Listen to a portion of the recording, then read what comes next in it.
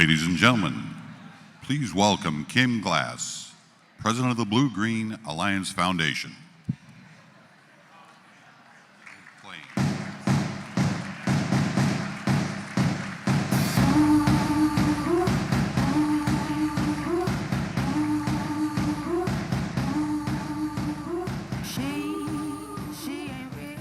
Good afternoon. Around the country, leaders are engaged in making sure that their states take the right steps when it comes to building a blueprint to meet the Clean Power Plan. We know that if it is done right, it will protect workers' livelihoods and spur growth in clean energy and energy efficiency. This afternoon, we have a great panel who will talk about how stakeholders across the country are working to craft state implementation plans to meet the Clean Power Plan. On our panel, we have Kea Chatterjee, Executive Director of U.S. Climate Action Network, Kea. Al Ekblad, Executive Secretary of the Montana AFL-CIO. Mark Wagner, Vice President of Government Affairs for Johnson Controls. And moderating this discussion is Roxanne Brown, Assistant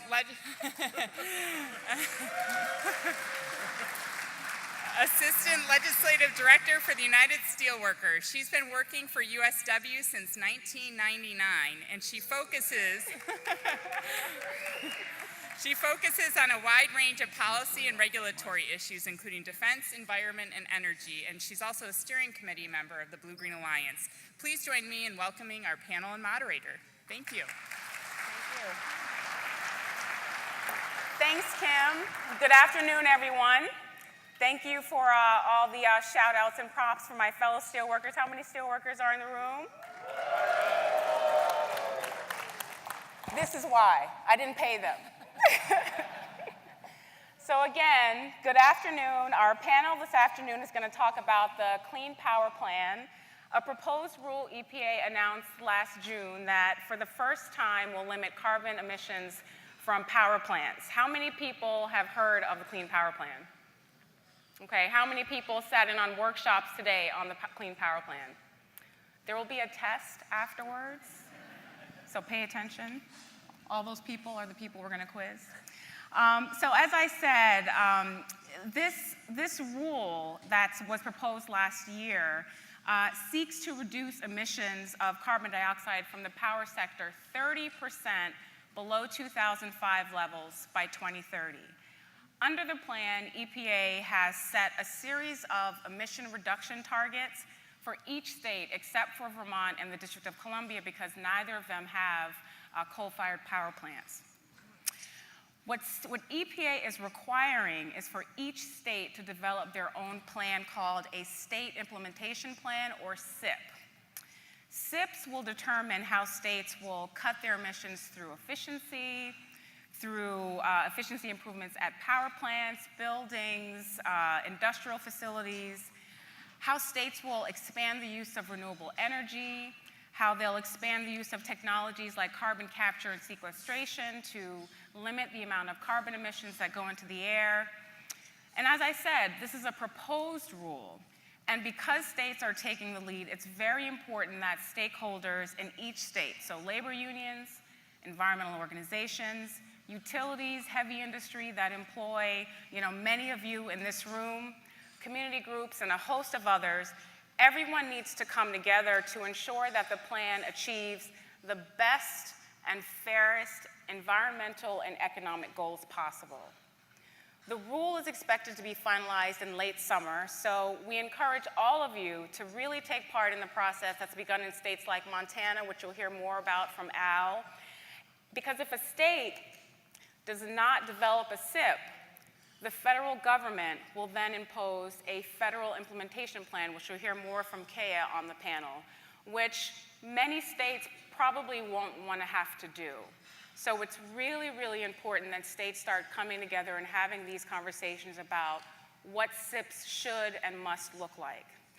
Our union, the Steelworkers Union, is one of several who are working very closely with policymakers and other stakeholders around this rule, and we're doing this not just because we represent men and women who work at coal-fired power plants or in the coal transport sector or at industries and facilities that rely on this power to run their operations, but because we really do want to make sure that this rule helps communities around the country be safer, right? Because you've heard a lot about that today.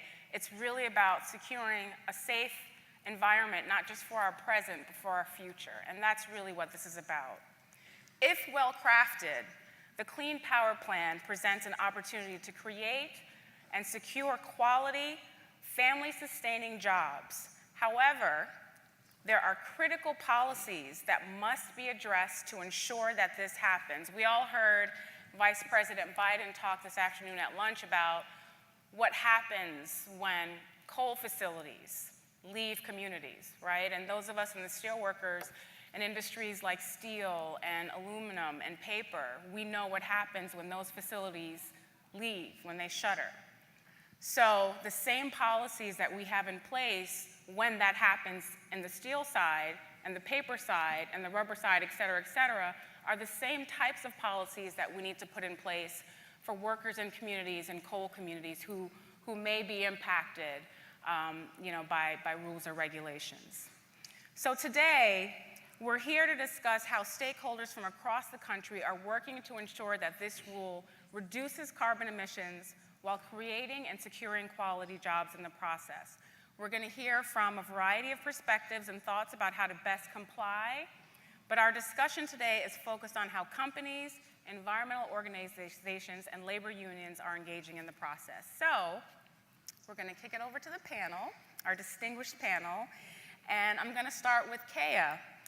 Kea, can you explain in more detail what the Clean Power Plan is, and specifically for states involved in developing a SIP plan, what are the 4 basic building blocks for compliance and achieving states' reduction targets? Sure. Thanks, Roxy. It's a real honor to be here today and to be with these great panelists. The Clean Power Plan is a really core part of the plan to tackle climate change and act on climate change. And I think one thing that is important for all of us in this room to keep in mind is that the Clean Power Plan is also a huge punching bag for Mitch McConnell. It is in the crosshairs of ALEC and the Koch brothers, and these are organizations and entities that just want to gum it up. They want to stop it. These are the same people that are fighting us on almost every issue we care about across the board, and this one is no different. So it's a plan that is under heavy attack and really needs us as a community to come together. So I work for the U.S. Climate Action Network. Most of our member organizations come at this from the perspective of having a moral obligation to act on climate change. So for most of us, for me, it's about my 4-year-old son. For all of us, we've heard over and over today, we have to do something for our kids and grandkids, but it's also about the communities we work in today. It's about the people who are hit by Katrinas and by Sandys and the communities that are going to be hit and that could have easily been hit in the past. And it's about protecting those communities. And that moral obligation, I think we have to keep in mind as we think about these building blocks. So there's 4 building blocks, to answer your question, that EPA put out there. The first is around making power plants that exist more efficient, and the second is about moving to natural gas. So these are 2 of the building blocks that, for our network, there's probably less emphasis on. And for me, it really resonated when Vice President Biden was talking about the communities that are really affected. My dad, his whole life, built coal-fired power plants and nuclear power plants. And I remember growing up and going through periods where he didn't have work, and I really think it's very, very important that we think very hard about the livelihoods of people who work in those sectors. But I will say that for the membership of the U.S. Climate Action Network, what gets us really excited, what makes us get up in the morning and say, yeah, we're doing this, is the next 2 building blocks, which are about energy efficiency and renewable energy. And if you can just picture in your mind's eye like the skyline of New York City at night, it's full of light. And I know that some of these guys in New York City are like burning the midnight oil. And I'm sure that some of it is like totally legit lights. But a lot of that is just wasted energy. And given this enormous moral obligation we have to act on climate change, that's not going to work anymore. So it's time for us to come together and figure out, as Johnson Controls does, how do we put timers on these lights? How do we insulate these buildings? How do we build the infrastructure that meets our moral obligation to tackle climate change? And those last 2 building blocks are really what does that. Wonderful. Thank you so much, Kea. So next we're going to go to Al. And Al, what are you doing in Montana to ensure that the critical voice of working people is included in the debate? Specifically, you held a series of discussions last year with central labor bodies across the state about the Clean Power Plan. Tell us more about those meetings and what you're doing to engage union members in this discussion. Okay, thank you. First off, I want to clarify for people that Montana is that big open area between Idaho, Washington, and North Dakota. For those of you who haven't been there, yes, it's the big sky country, but it's the second largest state in the lowest 48, so we do exist. I always love getting in a cab here because they go, Montana? With this big question mark. About 15 months ago, the president of our building trades came to me and he said, Al, the EPA is going to issue proposed rules. It's called 111D. It's going to be devastating for the trades. He's a president and business manager for the Boilermakers, which without the turnaround at our coal plants, it will literally destroy his local. And then he went on to say there's this meeting in Washington, D.C. called the Blue-Green Good Jobs, Green Jobs Conference. And I want you to go with me. And I kind of looked at him like, I'm not sure that's where I belong. I come out of the operators union and I mean, my father made his living as a pipeliner, and every time I've gone out and done good things and didn't make enough money to make a living, I went back to pipelining so I could pay my bills. And so over the years, I mean, my life has been in the dirt a lot. And for me to come to the meeting was a big decision for our labor movement. But my approach to this is if we're not at the table as a labor movement, we're on the table. And that motivates you when you know that a huge portion of your private sector membership comes from coal generation, coal mining. In my case of my local, our highest paid members are surface miners, and transportation. All of our rail unions are affiliated. So it was a no-brainer to end up here. In the course of that meeting, we had conversations with representatives from the Blue-Green Alliance, and we started talking about how can we get ahead of this. And so we decided to work with the Blue-Green Alliance, the building trades, and our central labor councils to set up a series of meetings in Montana.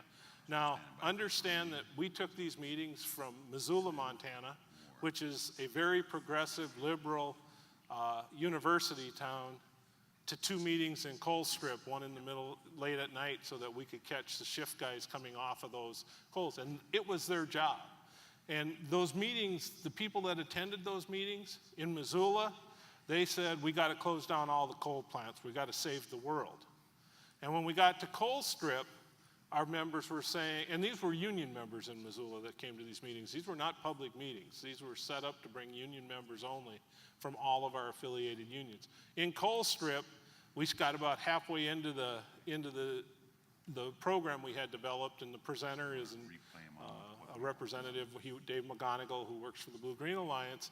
And literally we stopped, and this guy said, they all hate us. They want to kill us. They want to take our jobs. And what that leads me to explain or understand is on one side, the messaging on that issue is coming from a progressive environmental community. On the other side, it's coming from the company. I mean, our union members are hearing what the company says, or what Fox News says, or what hate radio says when they're in their trucks or running a machine. And what we have to figure out is how to have a message in the middle. And so we went from those seven communities, 8 meetings of talking to our members, to working to develop a coalition of industry groups, labor groups, and environmental groups that could bring a message in the middle. And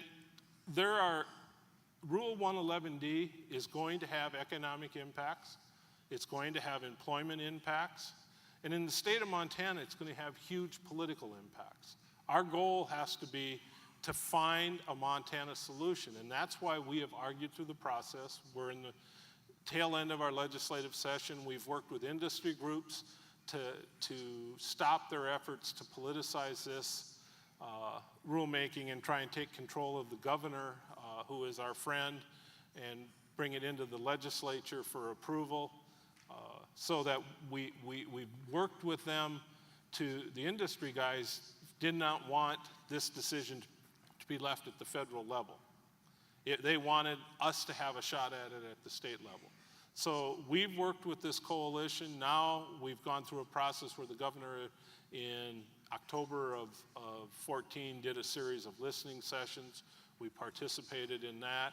We've worked with this group in the legislative process. But my bottom line message is this has real impacts, and if labor doesn't have a voice, it is not going to work out well for us. Thanks, Al. That was really great. Thank you. Mark, can you tell us how Johnson Controls views the Clean Power Plan? Sure, Roxanne, appreciate it. Johnson Controls is a company that we make batteries that make cars more efficient, more fuel efficient, but we also make buildings more energy efficient, as Kaya had mentioned. We've been doing this for well over 100 years when Professor Johnson invented the first electric room thermostat. So we've been at it for a while. We're focused on building block number 4 of the elements that Kaya was mentioning, and that's the energy efficiency building block of the Clean Power Plan proposed regulations.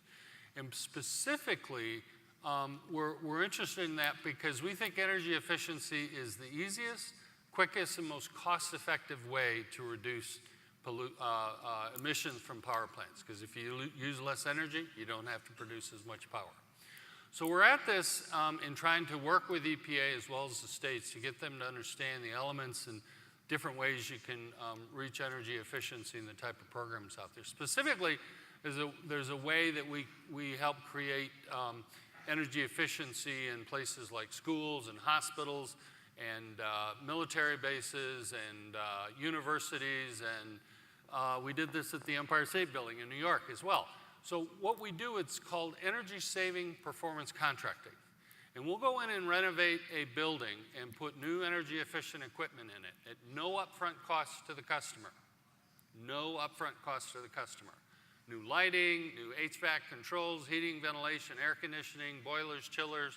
We can also put renewable energy in there. You want some solar panels on your roof? We can do that as well. So we may put a huge renovation into a building and make it much more energy efficient. And we bring down the utility cost for that owner in that building. That owner then takes a portion of that savings that we bring to them on their utility bill, and they pay us back over time. Now, the key is that we guarantee the savings. We have a measurement and verification plan where we come back and we measure and make sure that the savings are there every year. If the savings aren't there, we don't get paid. But that generally doesn't happen. So this is a real win-win situation. There's a guarantee of energy savings to be paid out from the cost savings on the utility bill, and you never pay more than you were already paying for your utility bill. So it's a real win-win situation.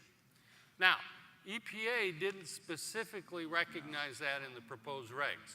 So on the one hand, we're trying to convince EPA that in the final regs, they ought to recognize performance contracting as a allowable compliance option for the states. On the other hand, we're also working with states like Montana to convince them to include performance contracting in their compliance plans, because it's very verifiable. You can track the savings and you can track the emission reductions. So we're really at this from a standpoint of doing this because it's a great method in terms of reducing emissions and creating jobs. Thanks so much, Mark. Kaya, we talked about the fact that EPA requires states to develop SIPs. But if states don't do that, then they're going to have to comply with a FIP. Why is it that states should work on designing a SIP versus comply with a FIP? Why is it better? I live in Southwest DC, and I don't have voting rights. There are so many aspects of our lives in which we're totally disenfranchised from decisions that affect our families and that affect our community. And that doesn't have to be the case in this round. I think Al said it really clearly. Like if we want our interests to be heard, then the state implementation plans are the place to bring the voice to the table. You know, what's going to happen with union jobs? What's the quantity that's going to be created as part of meeting these targets? What's the quality of the jobs going to be? That's a question you can ask when you engage in the SIP process. How is this going to affect, you know, local pollution concerns that need to be addressed by communities? For many of our member organizations, they come to the table and they say, given the moral obligation and the enormous human toll of climate change, how can we go beyond the limits that have been set by this plan, which seem very modest from some people's perspective? You know, if the USW building can get to 60% efficiency, then why are we talking about a 30% efficiency? That's another perspective. There are lots of perspectives that'll come to the table when you're putting together a SIP at the state level, and that's the time to have your voice heard, and that's really important. But I almost think the most important reason to do a SIP is because of the incredible opportunity for constituency building. And if you think about the table you can put together in every state of every progressive cause, of poverty groups, of health groups, of faith groups, and we have all these groups in our membership, of environment groups, of labor groups, yes, that is then a coalition that is big enough to take on institutions like ALEC that are out there putting forward draft legislation that are really attacking everything that we want to get done. And that coalition you can build while you're building a SIP, it can be there because you work together, you have some trust, and you start to work together, and that's going to be a really, really important piece of groundwork for the coming decades. And so I think it's an incredible opportunity, and it would be crazy not to take up that opportunity and instead to pass legislation that makes it harder or just wait around and do nothing. Agreed. And Al, actually I'm going to pose the same question to you just from the labor perspective, because Kaya talks a lot about the opportunities that exist. Can you talk a little bit about what that means for labor in the SIP process? Well, I mean, there's thousands of jobs at risk in a small state with a population of 1 million. A big state geographically, 1 million people in the whole state. There's literally thousands of jobs. They're 80% union. They're the best paying blue collar jobs in the state, and they're at risk under this law. And so it's critical that we design a plan for Montana that meets the environmental requirements, and in the case of Montana, that's a 21% reduction over 2005 levels. It's critical we meet those environmental requirements and we maintain the jobs that we have in this industry. And I don't think if it's done at a federal level, they're really going to focus on what we see as important. So the bottom line is it needs to be done at a state level. It allows Montanans to decide how we're going to meet the standards, how we're going to take the 4 building blocks and design a plan that works for our state. And our state won't be the same as Ohio. It won't be the same as Wyoming, which sits right to the south of us. It's going to be our plan that we put together, and I have to agree that the only way this is successful is if we bring in a large group of constituency organizations that see value in working together. And so the bottom line for us is we have a good governor, we have a bad legislature, we have an opportunity. And if we just sit on the side and don't do anything, I think we lose. So I don't think there's any choice for Montana except to do a SIP. Thank you, Al. And just kind of keeping with that opportunity theme, Mark, you talked a lot about energy efficiency.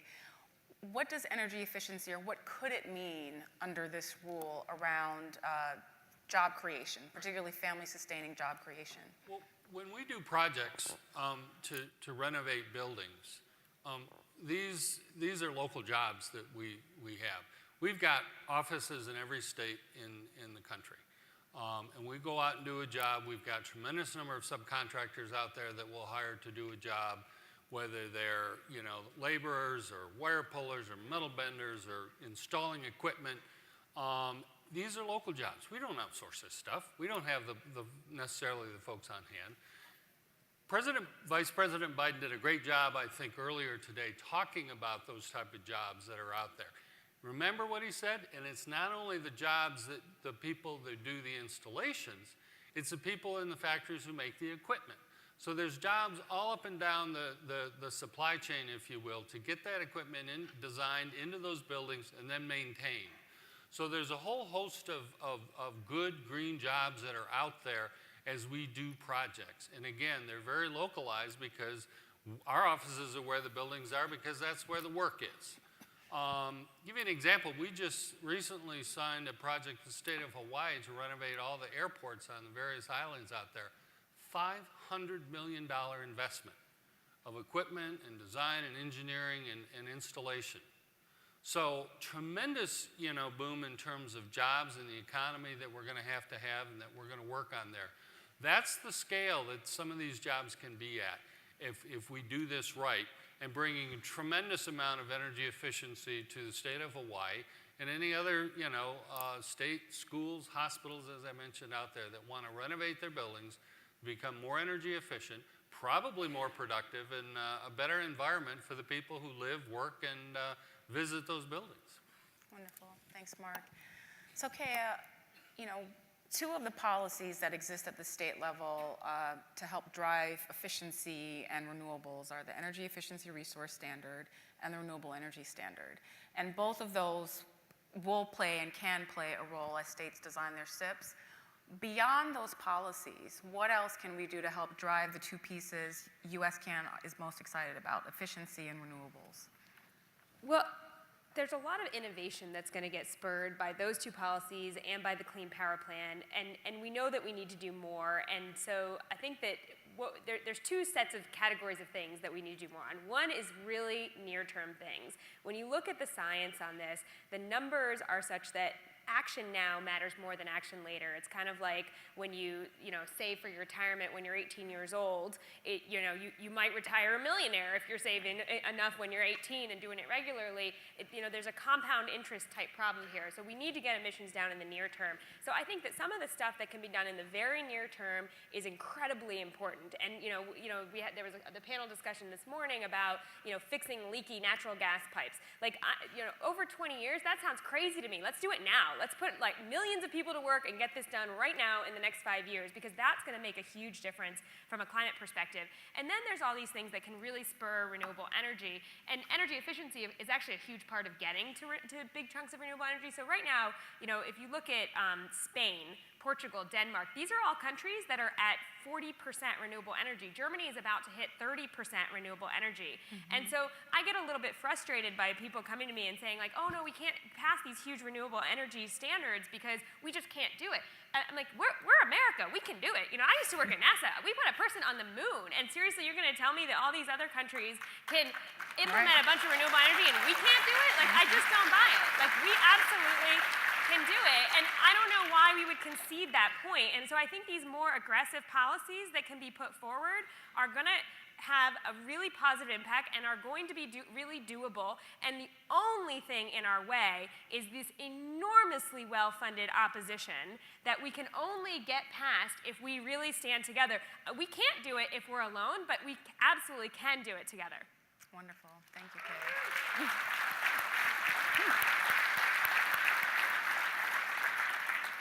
So Al, now that Kea has, just completely raised the bar. Thanks a lot. Thanks a lot, Kea. Just actually keeping along those same thoughts. So for labor, and looking at the policies and the opportunities that Kea is talking about, and the specific policy mechanisms, what needs to be included for labor specifically to make sure that we see the best bang for our buck with job creation and maintenance? Well, I think the big challenge will be who this workforce is. If it's in an industrial setting, labor has a great opportunity to make sure those are union jobs. And we should all be working to ensure that these are union jobs. And part of this building a coalition is about talking to other groups about why union jobs are so important. I think we will lose a portion of the work, probably a high portion of the work, unless we can figure out how to change some labor laws when it becomes to the residential side. there might be, Mark, you may have more insight on that than me, but certainly in a small state like Montana, we just don't have the market share to break into the residential work. So it's going to be hugely important that we pass laws within the states, in our case in Montana, that as we go for efficiencies, we have prevailing wage. We have some specific things that gives our contractors a fighting chance. On the other side of it, that may not be the opportunity, but we have to make sure that, as Vice President Biden said, that the workers in these communities that are changing are taken care of. And I circle back to the SIP being the vehicle that we can use to do that. It's going to be different in each state, and I have to be honest, I believe in Montana that we don't lose our coal generation just because of some of the age and some other specifics of plants in surrounding states, but that doesn't take away from the devastation. So on a federal level and a state level, we really do have to address what happens to those workers, the communities, and folks, I came from dislocated worker programs, operating them for the labor movements in the 80s and 90s, and we did a terrible job. This country can do better, and we need to train people for emerging industries, but we also have a responsibility to protect communities. There's too many places as we drive around this country that used to have a great union and labor base for their community, and it's gone because of decisions that were made, and we didn't address the impacts. And so I would encourage everybody to make sure you get involved at a local level where it's going to be impacted, and take advantage of the opportunity to create laws that give workers a chance to make good wages, that have benefits, because otherwise it's going to be done at $15 an hour in a lot of states, and they're not going to have benefits. You just have to understand how important it is to have a voice in this process. Wonderful, thank you. So Mark, how can Johnson Controls help to make sure that at the state level, the technologies that you all develop and design are used and implemented to help meet the reductions? Well, you know, you raised the energy efficiency resource standards and the renewable energy standards earlier. And I got to tell you, I'm really concerned when you see the assault on these standards in various states that have passed them. Look at what happened in Ohio last year, rollback of freezing of the standard. Indiana overturned theirs. And I got to tell you, right now, there's a bunch of legislatures that are new ones in 2015 that are considering doing very similar things out there.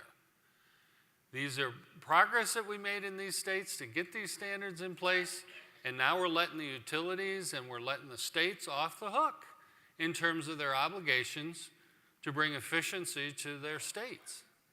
And, you know, I've got to, scratch my head and say, in the face of developing a compliance plan under the EPA rules, what the heck's going on? How do you expect to do this on the one hand if you're rolling back your ears in your RESs, and then you've got to have a plan? Well, remember, there's a whole lot of people out there who are saying, don't do anything. Ignore this thing. It'll go away. We're going to file a lawsuit. And I think there's a lot of people that are hoping and planning that this just happens and that we don't have to worry about this compliance plan anymore. And so, to answer your question, Roxanne, there's about 9 other energy service companies that we've banded together. The Honeywells, the Siemens, the Lockheed, the Schneiders, Ameresco, United Technologies, Lockheed, a whole bunch of us together. And we're working, as I said, not only with EPA, but with the states to help them understand how important energy efficiency is, how important these standards are to developing a compliance plan that will meet the state's requirements and reduce emissions in the state. And I think that's, one of the things that we're doing. I would challenge all of you out there is to say, if you're in your states and you see this type of activity happening, you see rollbacks of existing standards for efficiency and renewable energy. Or if you see people who are saying, blocking the legislature or the governor or anybody to doing anything with respect to their compliance plans with EPA, we've got to stand up and say, no, we need to move forward on this because it's important for your children, our children, everyone out there, that we have a reduction in the emissions that are coming out of our power plants. Thank you. Thank you, Mark. Thanks. So I actually think that's the perfect way to end this panel. I really, really appreciate Kea, Al, and Mark, your responses. I hope it was very helpful to you all in understanding even more about the Clean Power Plan. And I hope that it encourages all of you to engage even more at the state level in helping to design SIPs to make sure that they maintain not just economic sustainability, but environmental sustainability as well. So we thank you all. Take care.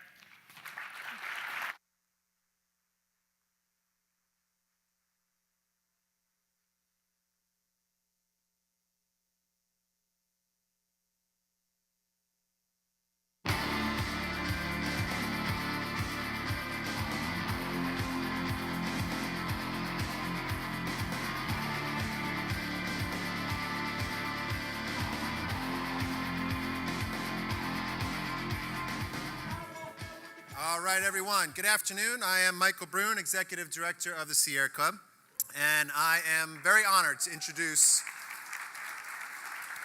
our keynote speaker. So, the Sierra Club has a long tradition of working with elected officials. Our founder, John Muir, worked with President Theodore Roosevelt on helping to protect Yosemite National Park.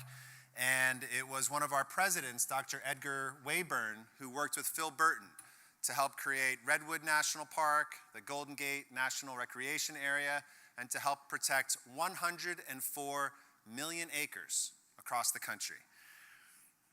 And what we've learned is that there is a difference between a politician and a champion. There's a big difference between someone who holds elected office and then someone who uses that title, that power to fight for what's right. And I'm very pleased to introduce someone who is that champion, who lives the ideals that we all care about in her job every day.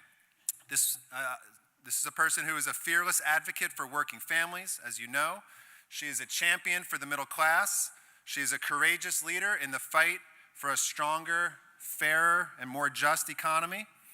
Senator Elizabeth Warren believes that we should put working families before corporations. She believes she helped to set up the Consumer Financial Protection Bureau to hold Wall Street banks and financial institutions accountable and to protect consumers. As you know, she was elected to the United States Senate in 2012, representing the state of Massachusetts, and from day one, she has been a strong voice for tackling the climate crisis, spurring growth in clean energy, protecting communities from the dangers of climate disruption, and making sure that our transition to clean energy is one that is just. She is fighting for trade policies that put polluter interests before American families, and in fact, we know that we can count on her to stand up and say no to fast track on the dangerous Trans-Pacific Partnership. Senator Warren is a champion in the cause for clean air, clean water, a stable climate, and just family-supporting jobs. So if you believe that clean air and clean water and good jobs go hand in hand, if you believe that the way to win is to organize and to organize and to organize, and if you believe that Senator Warren will stand up from you, then get your ass out of the chair, stand up, give her a raucous round of applause. Senator Warren. Thank you.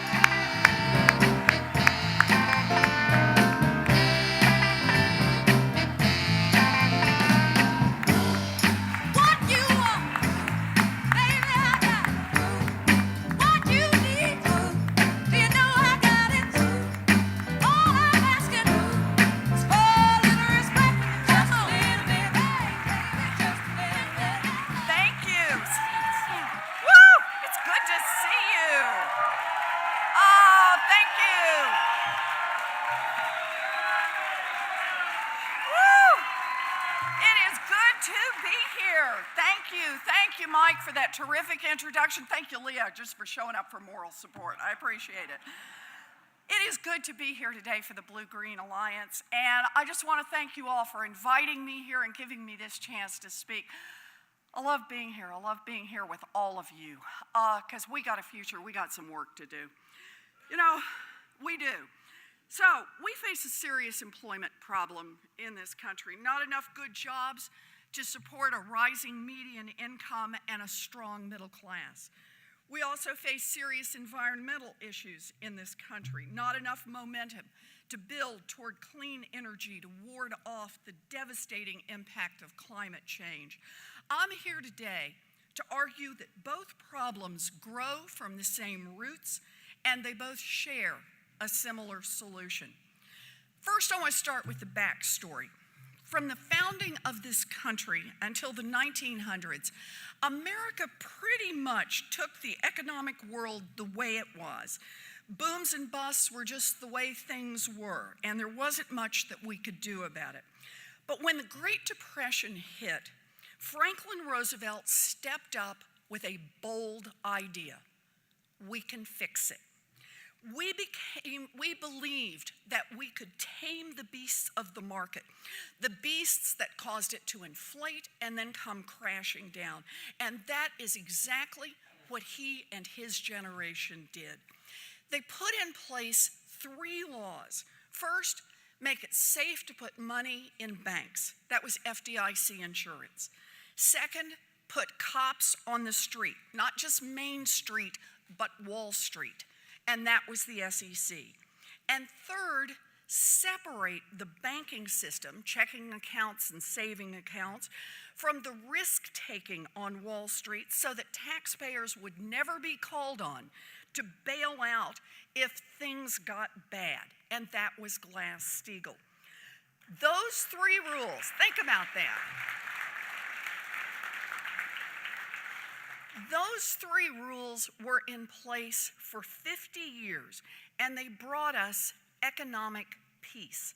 There were no economic crashes, and the financial services industry served the American economy rather than the other way around.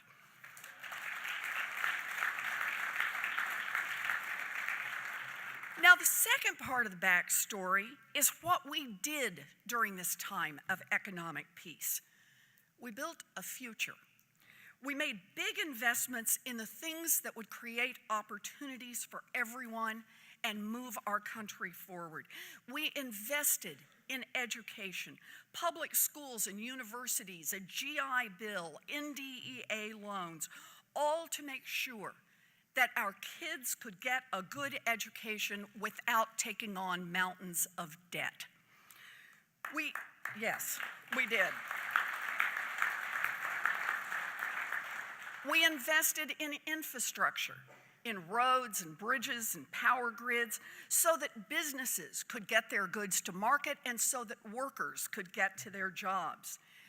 And this is the remarkable one as a country. We invested in research, in medical research and scientific breakthroughs, sometimes where the outcomes seemed impossible, like putting a man on the moon, or sometimes when we didn't even know what would come of it, as in the case for the research that ended up developing the internet. We invested together and we built a future together. We embraced the idea that we're all in this together, and that meant supporting strong unions.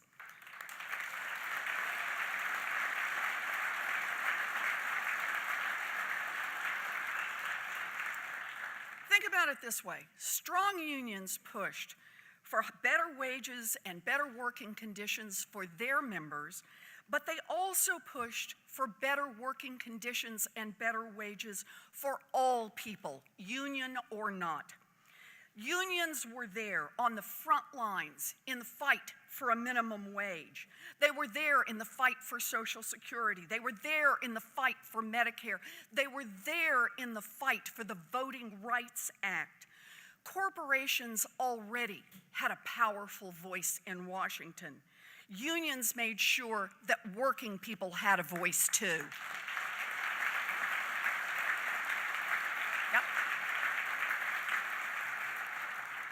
And here's the thing, it worked.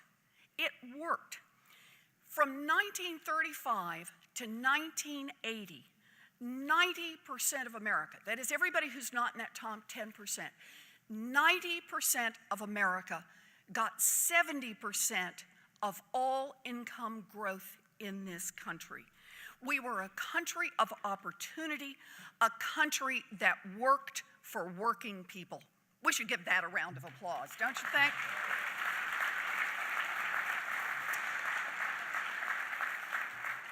Now, the environmental story is a little different, but I want you to watch for the similarities. Coming out of the Great Depression, our economic growth and development was incredible, and it was important, creating opportunities to expand and strengthen America's middle class. But it also had costs. We didn't address the pollution. From factories, cars, and trucks, the pollution that was spewing into the air. We didn't address the pollution in rivers and lakes. We didn't think much about the toxic waste in the ground beneath our feet. And then, in the 1950s, we passed laws to begin to address air pollution.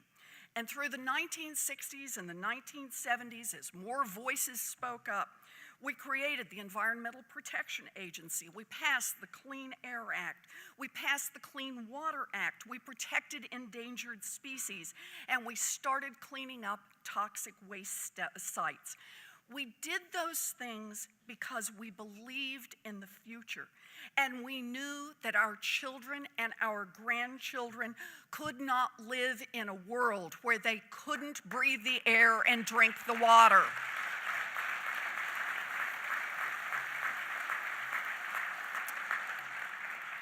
So that brings us to the late 1970s. Much work still to be done, but we were headed on the right path. And then, in 1980, the political wind shifted. Instead of a New Deal, instead of a pro-union government, instead of a basic contract that said we'll all pitch in and build opportunity for the next generation, the Republicans claimed they had a better way to build a future. Basic trickle-down economics. Yeah. Step one, always watch what the heart of trickle-down economics was about. Step one, cut taxes for those at the top. Let those with money keep more of it. It was classic trickle-down economics, but those tax cuts meant less revenue. And that meant less investment in education, in infrastructure, and in basic research. Less investment in building opportunities, less investment in building a future. Step two, fire the cops. Not the cops on Main Street, the cops on Wall Street. The Republicans called it deregulation, but it meant more financial speculation, more risk, and eventually the great crash of 2008. Deregulation also meant get rid of any rules that are in the way of a company's short-term profits. And that began a concerted effort to delay, to stop, and to roll back environmental protections. And then, step three, fight anybody who got in their way. And that meant doing everything possible to break unions everywhere and anywhere.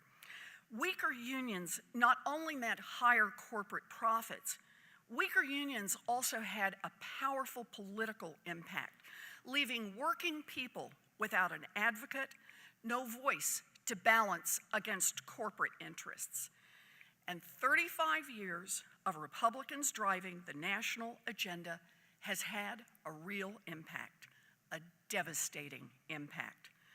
Education, well, public universities are starved for money, so that, adjusted for inflation, a kid today who goes to a state university will spend about 325% of what her mom or dad spent just 30 years ago. Infrastructure. Well, the impact of not investing in infrastructure is catching up with us. The American Society of Civil Engineers estimates that the cost to repair our crumbling roads, bridges, and power grids now adds up to a staggering $3.4 trillion. Think about that. And research.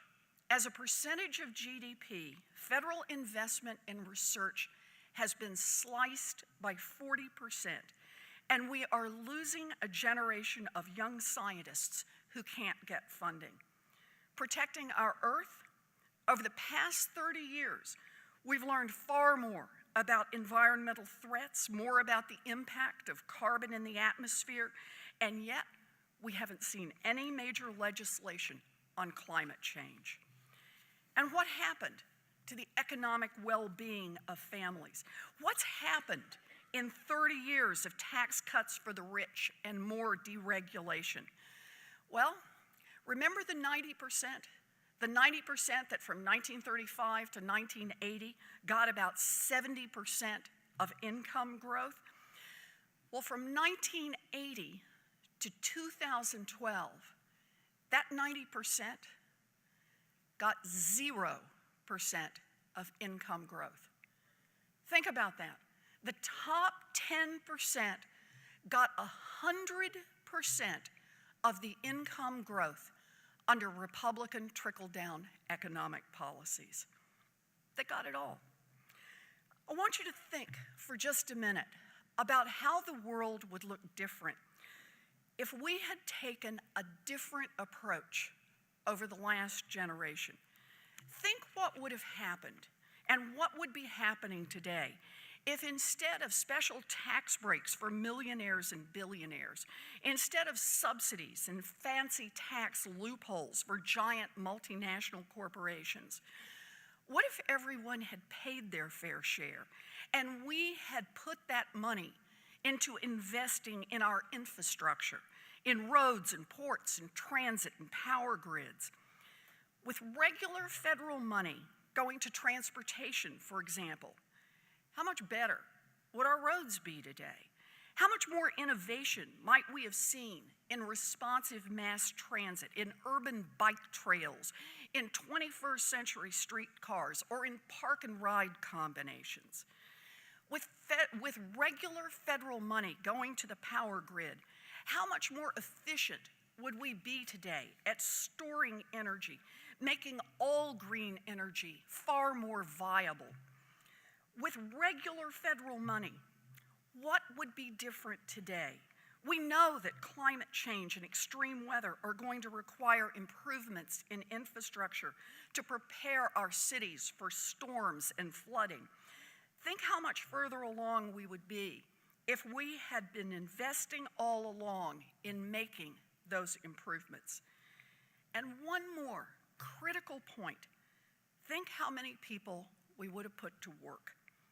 Think how many people over the last 35 years would have been put to work.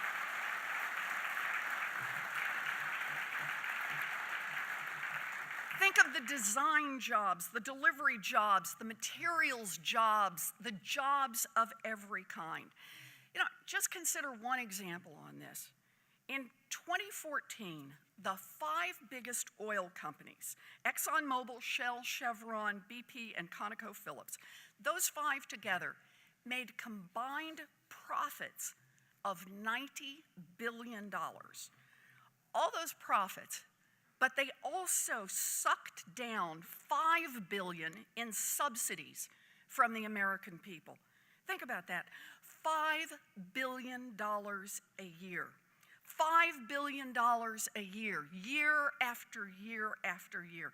What if instead of funding profitable oil companies, we had invested $5 billion more this year in educating our children or in scientific research that could lead to energy breakthroughs?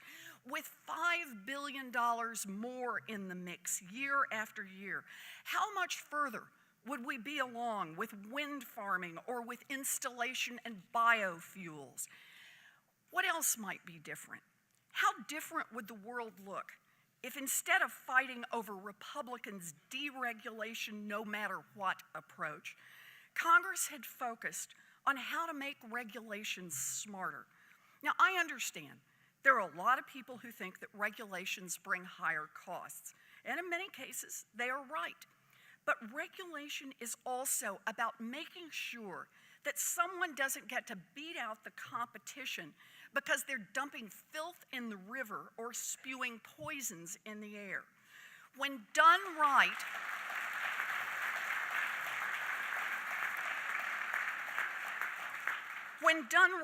regulation makes sure that everyone has a level playing field and the costs of producing a product are borne by those who get the profits, not by the children who can't drink the water and can't breathe the air.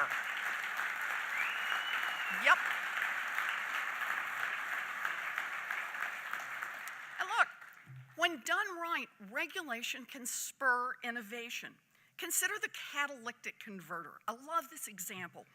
When the Clean Air Act was passed back in 1970, it imposed stringent environmental standards, standards that at that moment no one had the technology to meet. But with new rules in place, we figured it out and we built it.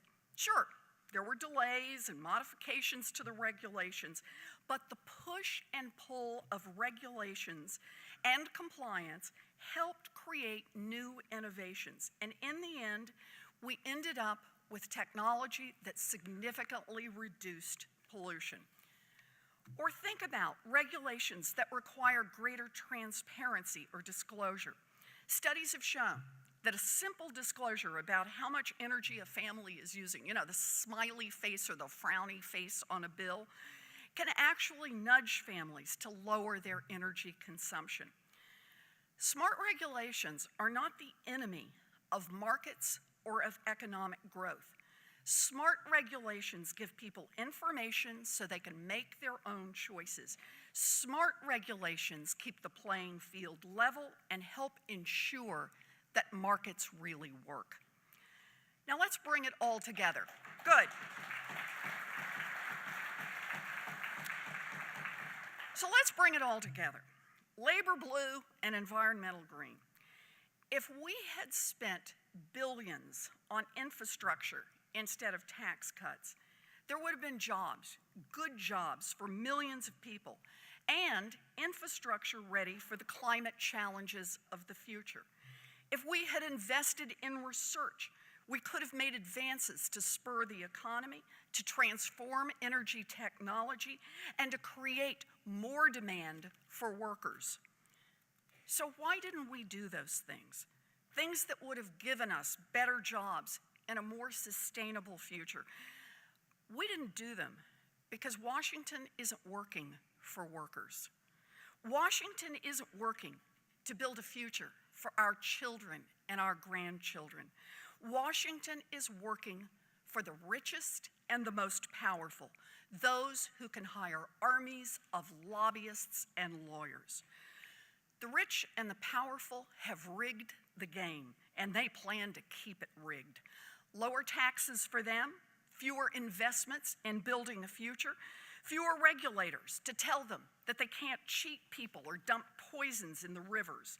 They fight for an America that works for them and that leaves everyone else behind. They have concentrated money and concentrated power, and those are huge advances. But we have a huge advantage on our side. We have our voices, and we have a lot of them.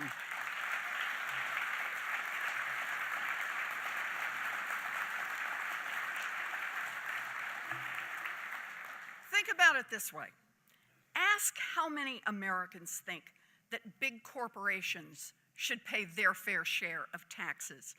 Ask how many think we should rebuild our roads and our bridges. Ask how many think that we should hold Wall Street accountable. Ask how many think we should stop big corporations from polluting our rivers and oceans. The numbers are on our side because the people are on our side.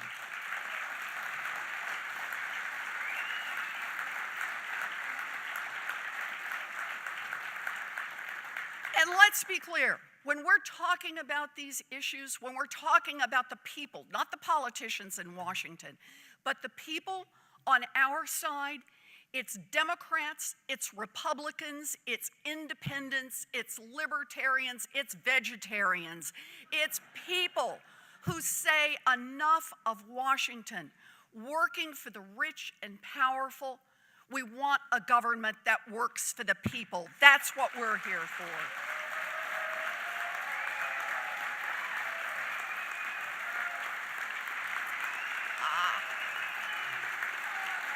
You bet.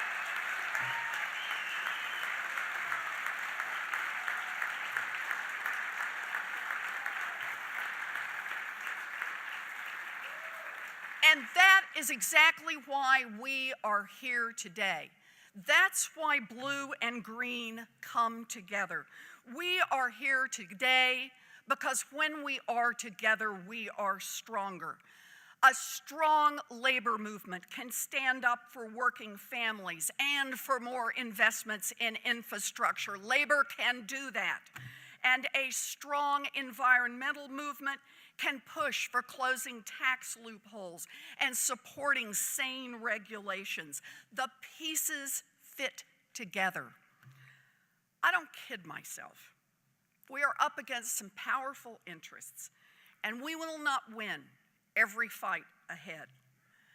But I want to remind everybody in this room, Goliath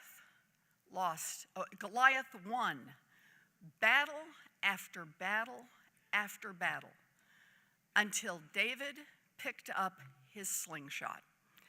The way I see this, the folks in this room, we got to pick up our slingshots and go after Goliath. It is good to see you all. Thank you for being here. Thank you.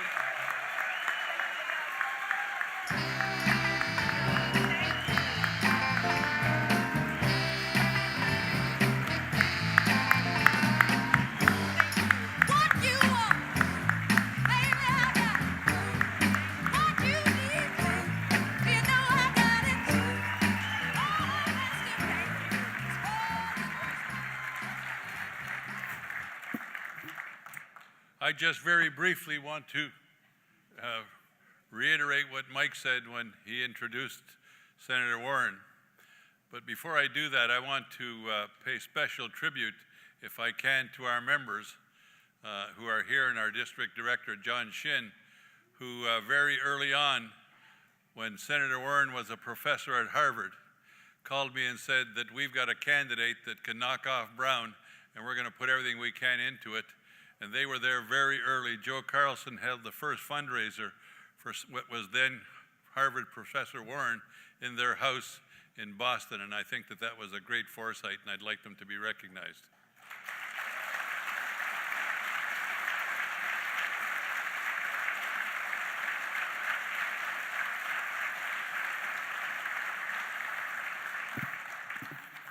Senator Warren's got to get back to the Hill, but on your behalf, I extend to her our thanks. And as you can see, she's a real champion, and she's going to try real hard with her schedule to be with us on our rally up in the Senate Park on Wednesday morning at 11 o'clock. And she's one of the strongest voices we have out there saying no fast track and no PNTR and no TPP and all the other Ps that they've got. So Senator Warren will be our champion on that, and if we do what she's asked us to do and get up and do the hard work and talk to our friends and neighbors, then we have a chance to change the direction of this country. So Senator Warren, on her way back to the Hill, let's all give her another great round of thanks.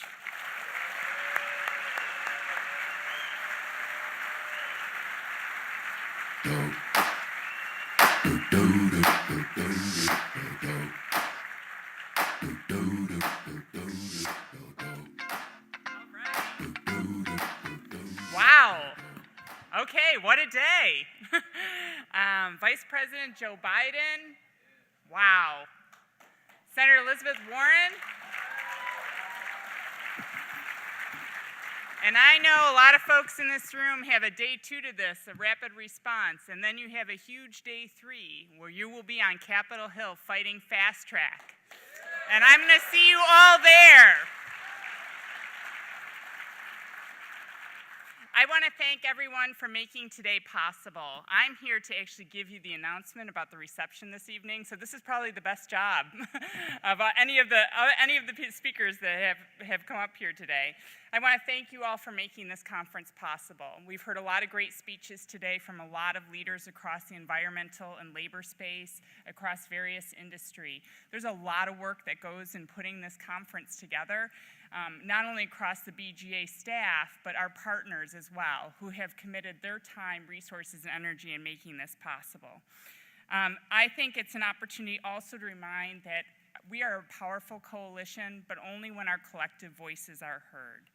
And in order to get our repairing America's infrastructure or reinvesting in clean energy, we need to do it as a combined voice together. The stakes are really high, and it's not just our future on the line, but the future of my 2 children, who are both the age of 6 and 4, and to think about a better world that we can leave for them and your children too. I'd like to make special mention of the staff and volunteers that made this conference happen here at BGA.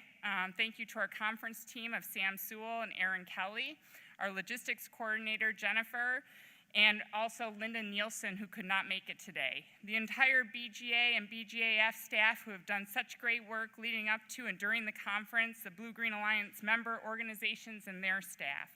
Please join us to toast all this great work this evening at the Good Jobs, Green Jobs reception on the lobby level patio shortly after 6:30 p.m. There will be food provided and a cash bar. I know this conference has been a start to so many productive conversations. Those conversations don't have to happen once a year at a conference.